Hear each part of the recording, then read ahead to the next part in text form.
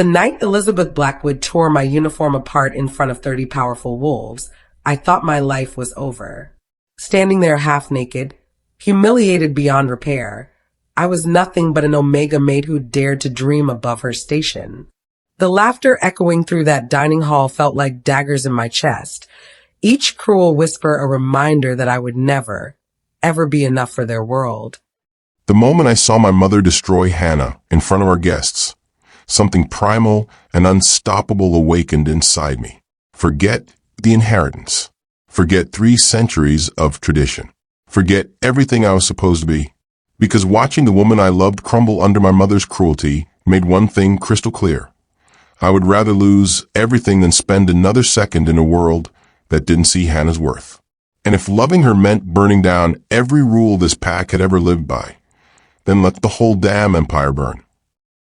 Chapter 1. The crystal chandelier above me trembled as I polished it, each droplet catching the morning light like tears I refused to shed. My hands moved in practice circles against the ornate surface, muscle memory guiding me through another day of invisible servitude in the Blackwood estate. The grand foyer stretched beneath me like a marble cathedral, all gleaming surfaces and shadows that seemed to whisper my name. Omega, Omega, nothing but Omega. I shouldn't have looked. But when the heavy oak doors swung open and Alpha Elijah stepped inside, shaking raindrops from his dark hair, my treacherous eyes found him anyway. The way he moved, fluid, powerful, completely unaware of how the air itself seemed to bend around him, made something deep in my chest flutter like a caged bird. He glanced up. Our eyes met for exactly 3 heartbeats. Heat flooded my cheeks as his lips curved into the barest hint of a smile, and I jerked my gaze back to the chandelier so fast I nearly lost my balance on the ladder. Careful there, his voice rumbled from below, rich and warm like aged whiskey. I'm fine, Alpha, I whispered, the words barely audible even to my own ears. But I wasn't fine. Nothing about this was fine. The sharp click of heels against marble announced her arrival before I saw her. Elizabeth Blackwood, Luna mother of the pack, swept into the foyer like a storm dressed in designer silk. Her platinum hair was pulled into a severe chignon, and her ice blue eyes, the same shade as her son's, but infinitely colder, tracked the space between Elijah and me like a predator calculating distance. Elijah, darling. Her voice could have cut glass. I've been looking for you. Mother.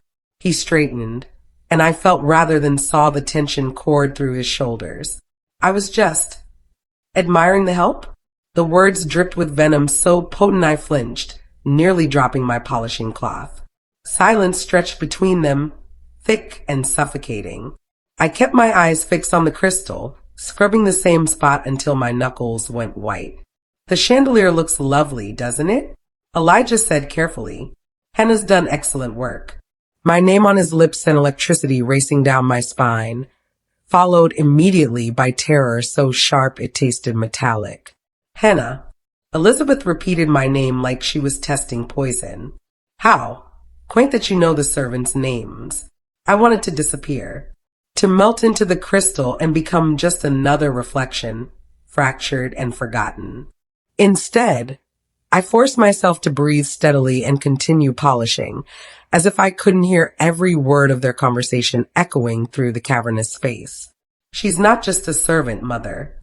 She's an Omega. Elizabeth's voice cracked like a whip. A nobody from the outskirts who cleans our floors and empties our trash. Nothing more. The cloth slipped from my fingers and fluttered to the marble below, like a white flag of surrender.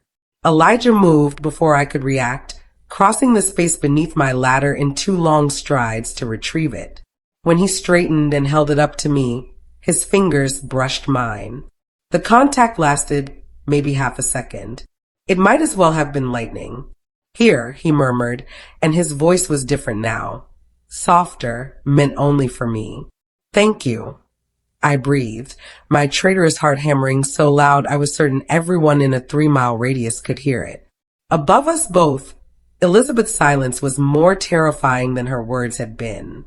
When I finally dared to glance down, she was staring at our joined hands with the kind of expression that had probably launched wars. Her manicured fingers were clenched into fists at her sides, and something murderous flickered behind her glacial eyes. Elijah. Her voice had gone deadly quiet. A word. Now. He stepped back, severing our connection, and I felt the loss like a physical ache. Of course, but before he turned away, he looked up at me one more time. Thank you for all your hard work, Hannah. The estate wouldn't be the same without you. They left me alone with the chandelier and the terrible knowledge that Elizabeth Blackwood had just decided I was a problem that needed solving.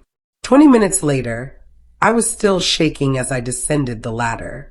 The foyer felt different now, charged with something dark and dangerous. Through the floor-to-ceiling windows, I could see Elijah and his mother in heated conversation on the back terrace, her gestures sharp and accusatory while he stood with his arms crossed, immovable as stone. I couldn't hear their words, but I didn't need to. The way Elizabeth kept pointing toward the house, toward me, told me everything. You're playing with fire, little wolf. I spun around to find Marcus, the head of house staff, watching me with knowing eyes. His scarred face held a mixture of pity and warning that made my stomach clench. I don't know what you mean, I lied. Sure you don't. He stepped closer, lowering his voice. Elizabeth Blackwood has crushed stronger wolves than you for less. Whatever you think is happening between you and the alpha heir. Nothing's happening. The words came out sharper than I intended. Marcus studied me for a long moment, then shook his head. That's the problem, isn't it? You wish something was. Heat flooded my face, but before I could deny it, he was already walking away, muttering under his breath about foolish omegas and death wishes. I gathered my cleaning supplies with trembling hands and tried to convince myself he was wrong. That the way Elijah looked at me meant nothing. That the electricity I felt whenever he was near was just my imagination running wild. But as I headed toward the servants' stairs, I caught sight of Elizabeth through the window again. She had stopped talking and was staring directly at me through the glass, her expression promising things that would make even the pack's executioner nervous. Our eyes met across the distance, and she smiled. It was the kind of smile that meant someone was about to die. What happens when an Omega catches the eye of an Alpha heir? And how far will a Luna mother go to protect her bloodline? Hannah's about to discover that some kinds of attention are more dangerous than being invisible ever was. Chapter 2. The ivory envelope slipped under my bedroom door like a snake at midnight. I stared at it from my narrow bed in the servants' quarters, my heart already racing before I even touched the expensive paper. The Blackwood family crest was embossed in gold, a wolf's head surrounded by thorns. Beautiful and deadly. My office. Now. E.B.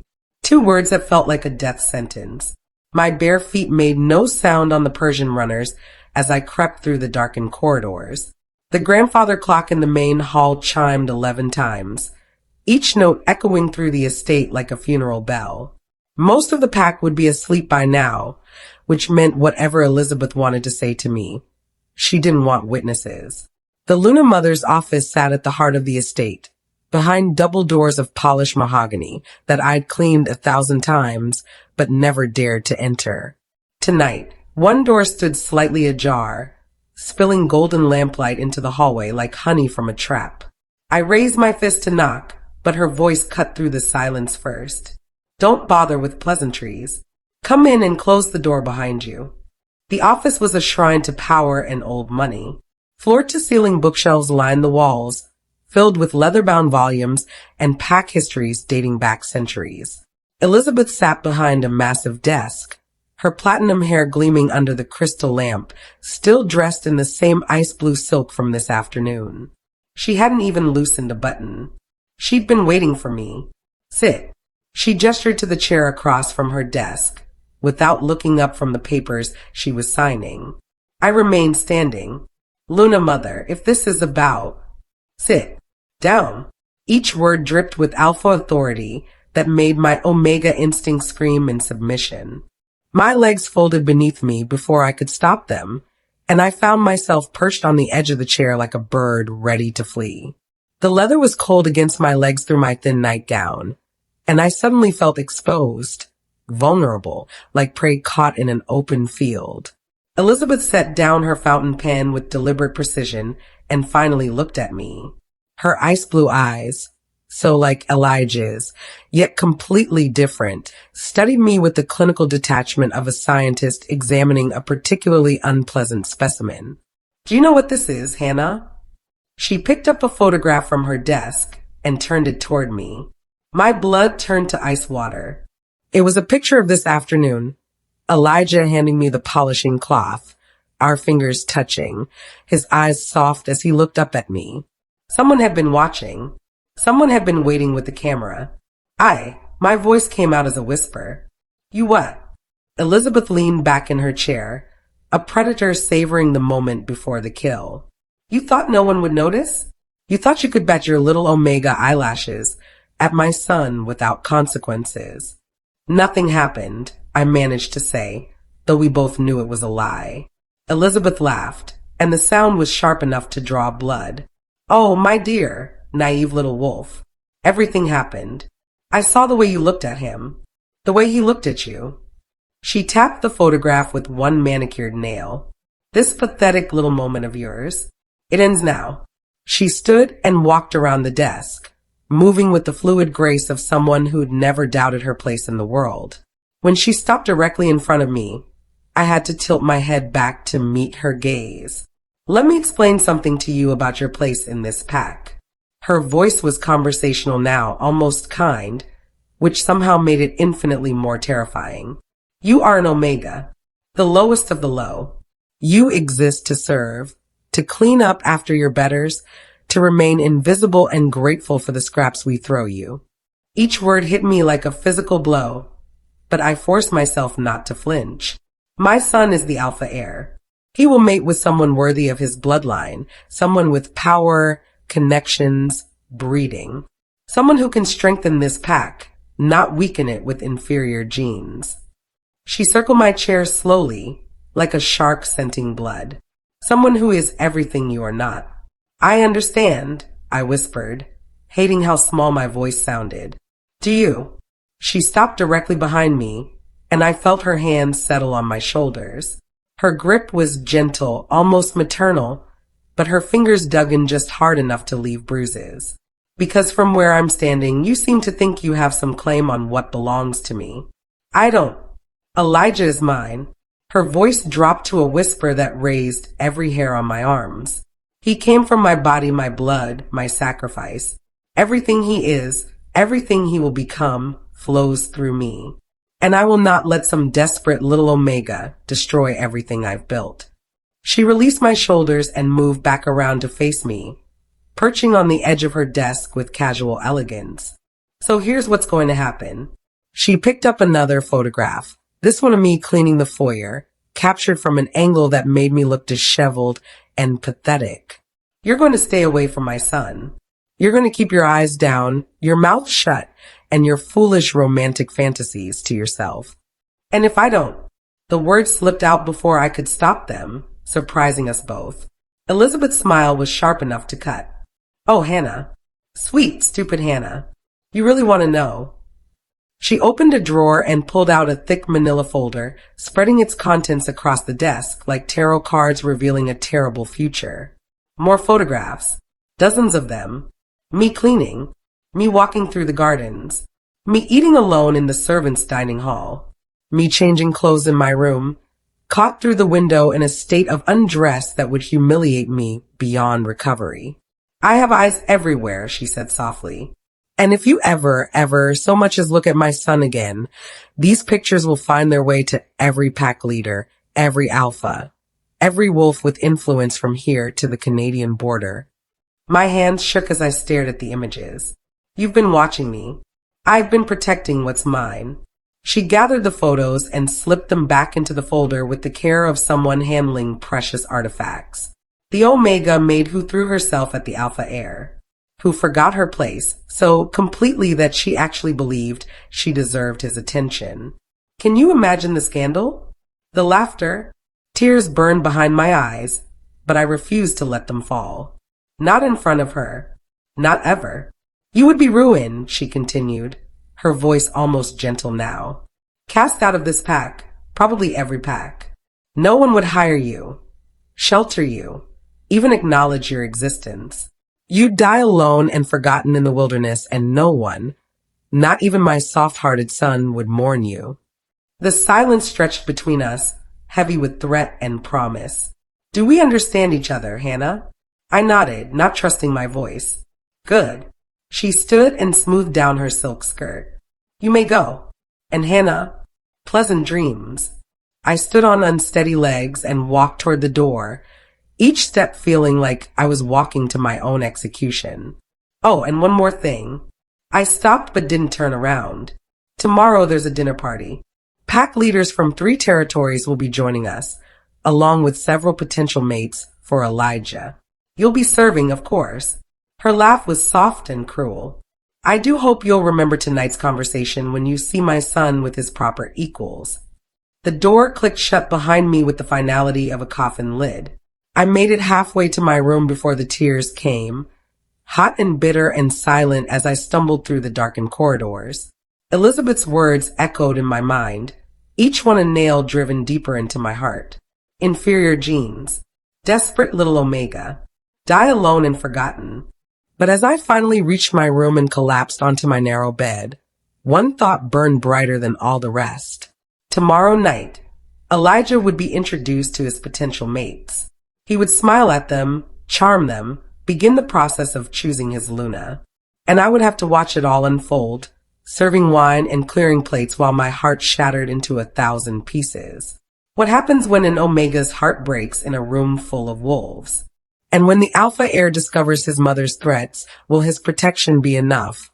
Or will it make Hannah's danger even deadlier? Chapter 3. The crystal glasses trembled on my silver tray as laughter echoed through the grand dining hall. 30 of the most powerful wolves in North America sat around the mahogany table that could have housed a small village, their voices weaving together in a symphony of power and politics. Pack leaders from 3 territories, wealthy allies with old money and older blood, and scattered among them like rare jewels, 5 unmated alpha females, each one a potential Luna for Elijah.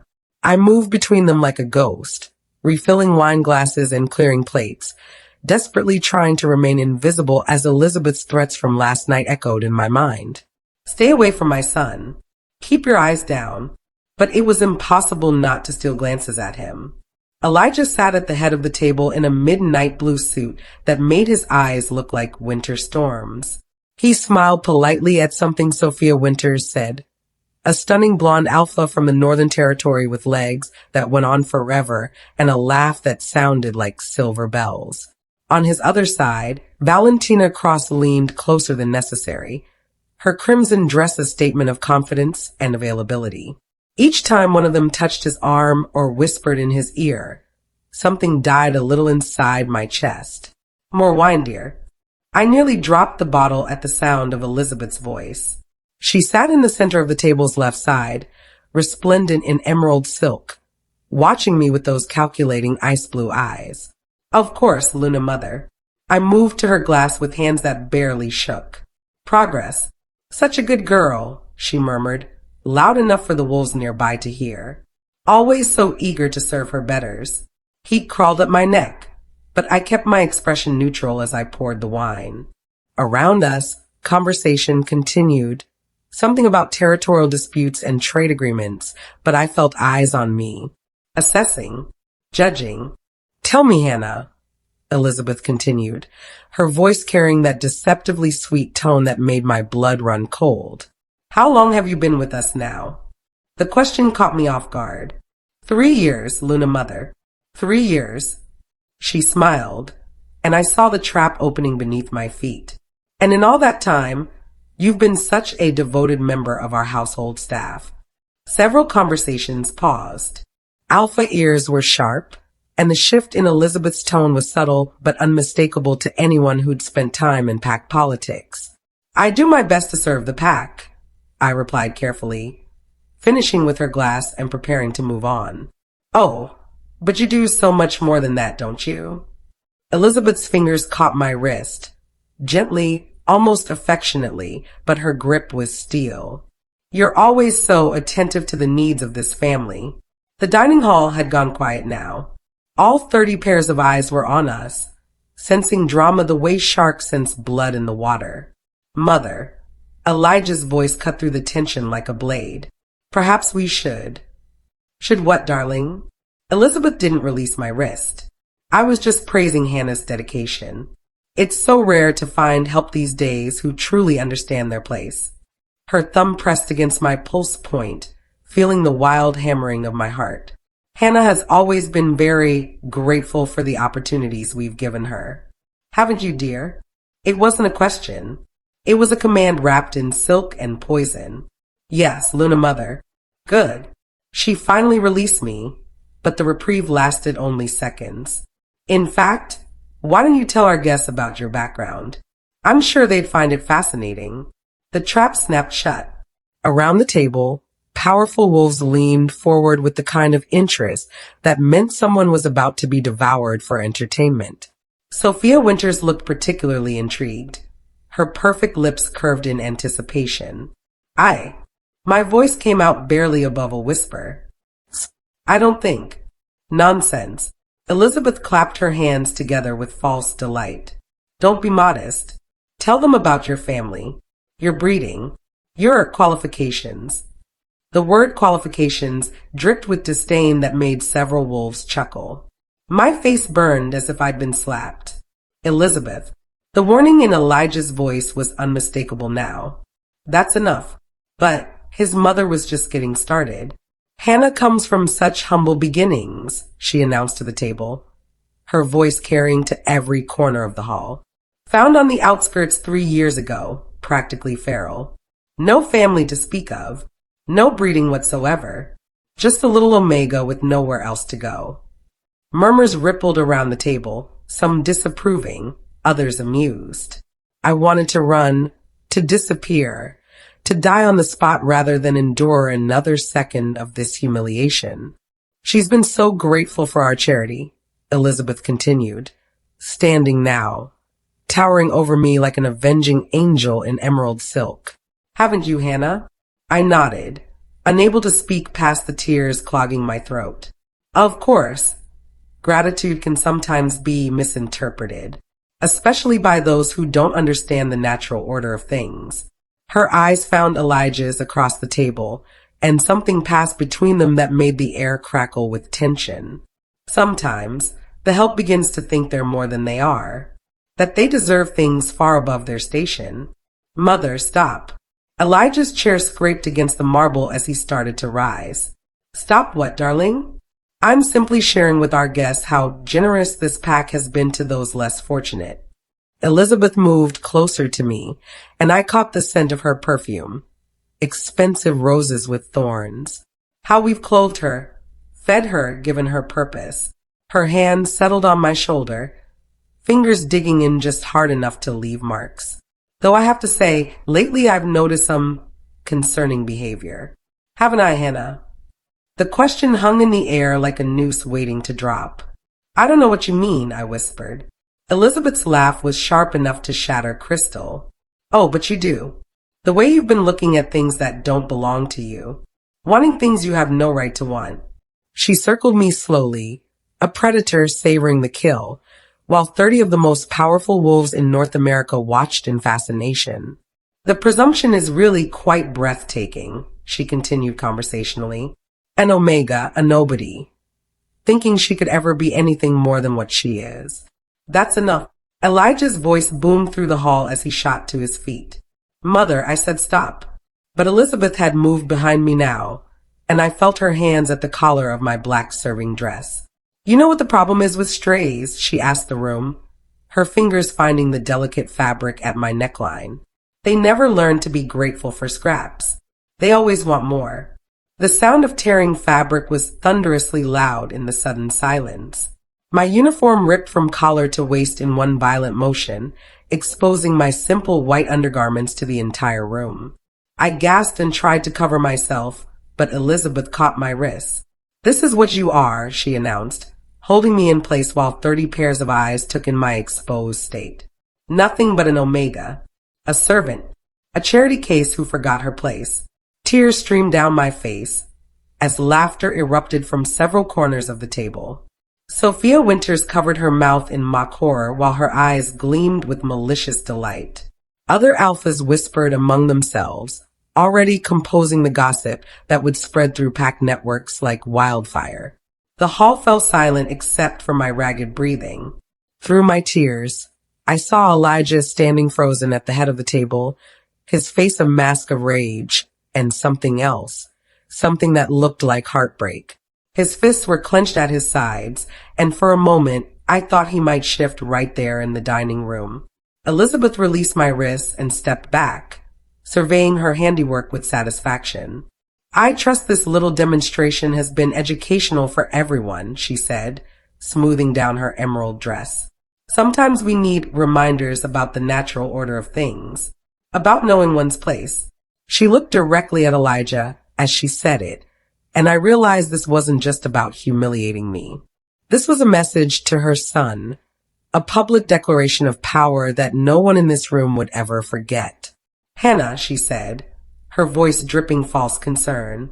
Perhaps you should go change into something more appropriate. We wouldn't want you to catch cold. More laughter rippled around the table at the cruel joke. I stood there for one more heartbeat, torn fabric clutched to my chest, meeting the eyes of wolves who would never see me as anything more than tonight's entertainment. Then I turned and ran from the room, leaving behind shreds of fabric and every last piece of my dignity. Behind me, I heard Elijah's chair crash to the floor, and then his voice, filled with a fury that made the crystal glasses vibrate. How dare you? When an alpha heir finally sees his mother's true cruelty, will his love be enough to protect the omega she's destroyed? Or has Elizabeth's public humiliation sealed Hannah's fate forever? Chapter 4. I pressed my back against the cold marble wall outside the dining room, clutching the torn fabric to my chest as my world crumbled around me. Through the massive oak doors, I could hear the shocked murmurs of the pack leaders, their voices weaving together in a symphony of scandal and speculation. But cutting through it all was Elijah's voice, low and dangerous in a way I'd never heard before. Sit down, Elijah. Elizabeth's command rang out clear and sharp. You're making a scene. I'm making a scene?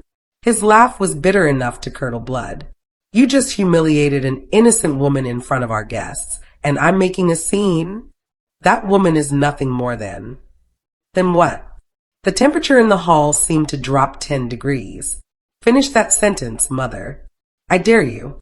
Silence stretched like a held breath. I knew I should run, should disappear to my room, and pretend this nightmare had never happened. But something in Elijah's voice, something raw and protective and utterly uncompromising, kept me frozen against the wall.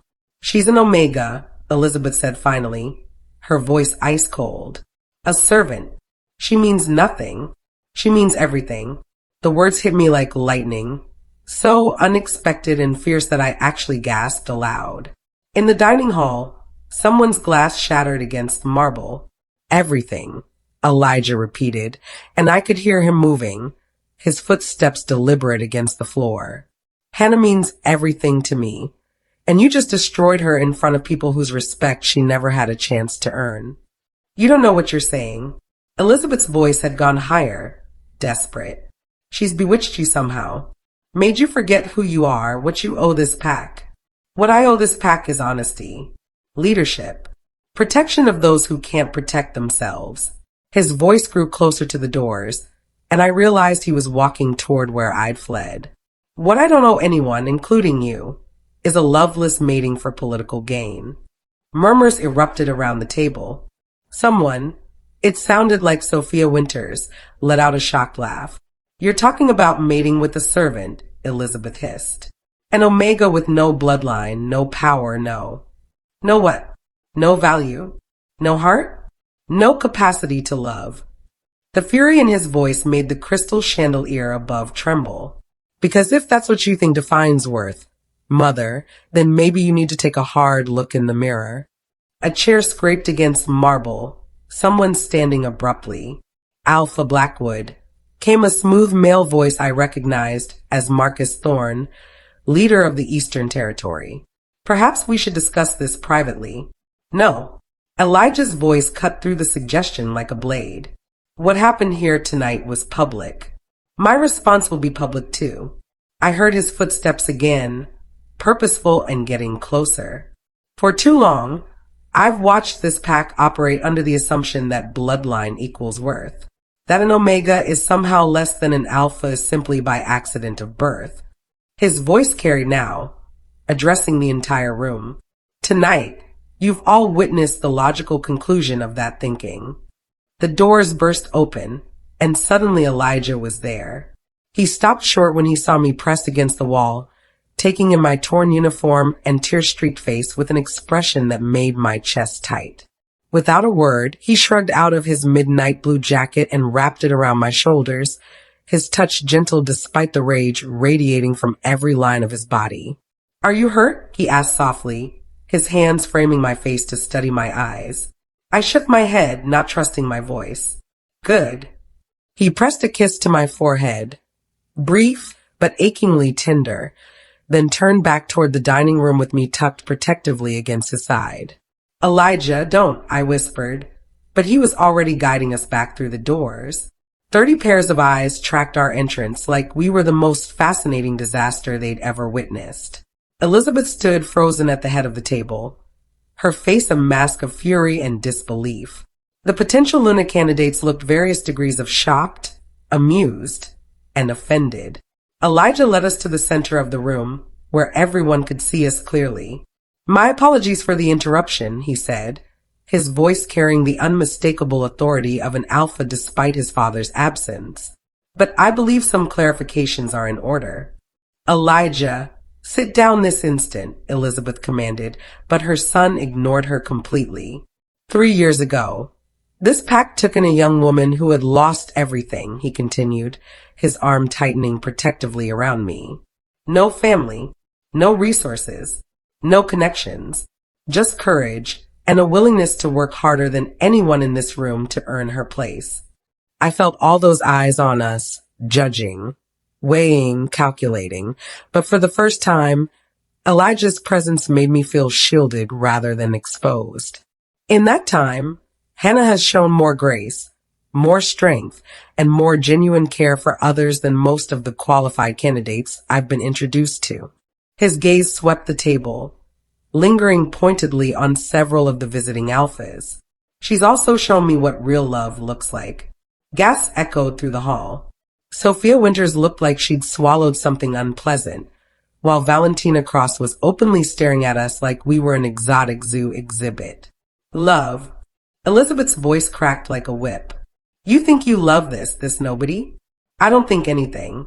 Elijah's voice went dangerously quiet. "I know. I love her intelligence, her kindness, her refusal to bow down even when people try to break her spirit." He looked down at me then, and his eyes held everything I'd been afraid to hope for. "I love her strength and her vulnerability, her terrible jokes, and the way she hums while she works." My heart stopped beating altogether. "Most of all," he continued, turning back to face the room, "I love that she sees me as just Elijah. Not the alpha heir, not a political alliance, not a stepping stone to power. Just me." The silence was so complete I could hear my own heartbeat thundering in my ears. "Which is why," Elijah said, his voice carrying to every corner of the room, "I'm asking her to be my mate. My Luna. My equal partner in leading this pack into a future where worth is measured by character, not blood." Elizabeth's face went white as bone. "You can't be serious. I've never been more serious about anything in my life." He turned to me then, and suddenly the room full of witnesses faded away. "Hannah, I know this isn't exactly romantic, and I know my family hasn't given you any reason to trust us, but I'm asking anyway." He took my hands in his, and they were warm and steady while mine shook like leaves. "Will you do me the honor of becoming my mate? Will you help me build something better than what we inherited?" Tears streamed down my face, not from humiliation this time, but from a joy so fierce it threatened to tear me apart. Around us, I was dimly aware of voices erupting in shock and outrage, but all I could see was Elijah's face, open and hopeful and absolutely certain. Yes, I whispered, then louder, yes. His smile could have powered the entire city. The kiss that followed was soft and sweet and completely inappropriate for present company, which made it absolutely perfect. When we broke apart, the dining hall had erupted into chaos. Pack leaders were on their feet, voices raised in heated discussion. The potential Luna candidates looked various degrees of furious and fascinated. And Elizabeth stood alone at the head of the table, her carefully constructed world crumbling around her as she watched her son choose love over legacy. "This is not over," she said, her voice cutting through the noise like shattered glass. Elijah's arm tightened around me. "You're right. It's just beginning." As we stood there in the center of the storm, surrounded by shock and scandal and the birth of something entirely new, I realized Elizabeth had been wrong about one thing. I wasn't invisible anymore. I was seen, chosen, loved, and for the first time in my life, I understood what it meant to be exactly where I belonged. When an alpha heir publicly claims his omega mate, the shockwaves reshape more than just one pack's future. But Elizabeth Blackwood isn't finished with her war, and some battles are fought with weapons sharper than claws. Chapter 5. The morning sun painted golden streaks across the estate's gardens as whispers followed me like shadows. 3 days had passed since the banquet that changed everything. 3 days since Elijah stood before the most powerful wolves in North America and claimed me as his mate. 3 days since Elizabeth's world and mine turned completely upside down. The pack house buzzed with electricity now, charged with scandal and speculation. Servants stopped their conversations when I walked past, then resumed them in excited whispers the moment they thought I couldn't hear.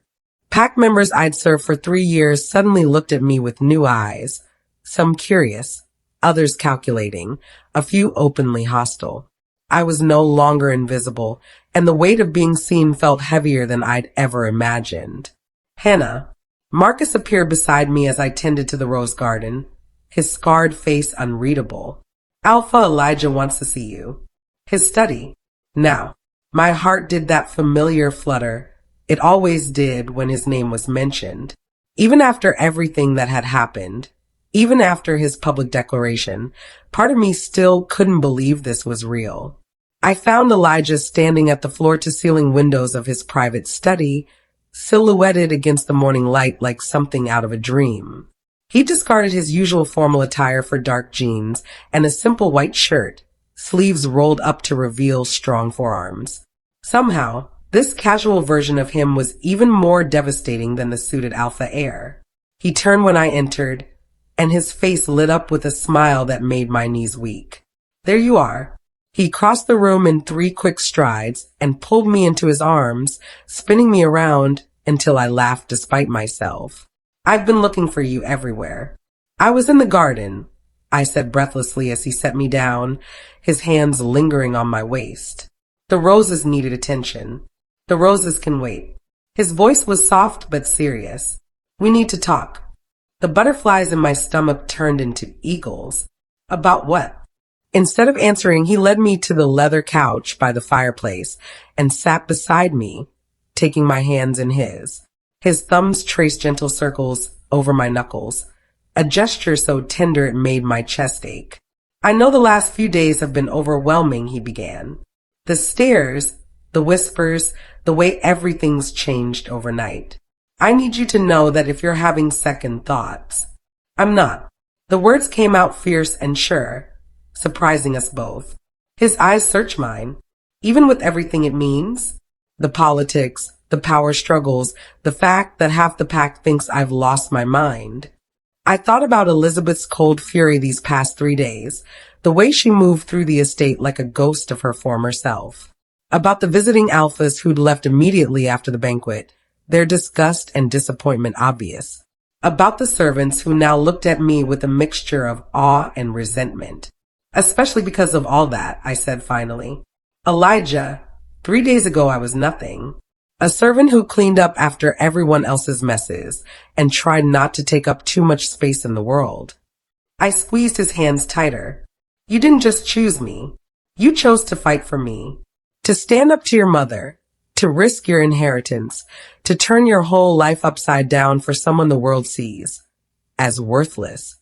You are not worthless. The words came out like a growl. Don't ever say that again. I won't have to. Tears blurred my vision, but they were good tears this time.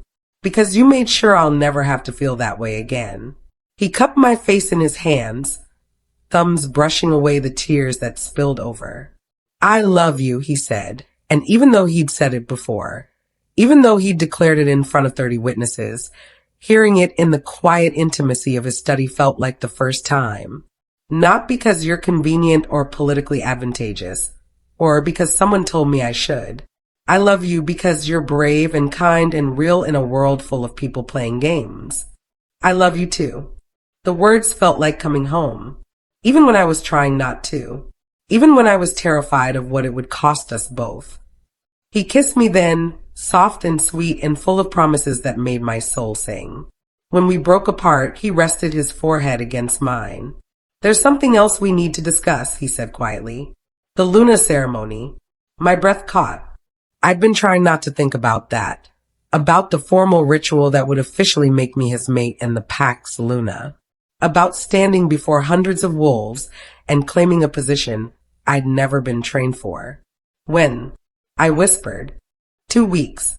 It has to be soon, before the other packs start making moves. Some of them see this as weakness, an opportunity to challenge our territory. His jaw tightened. They're going to learn how wrong they are.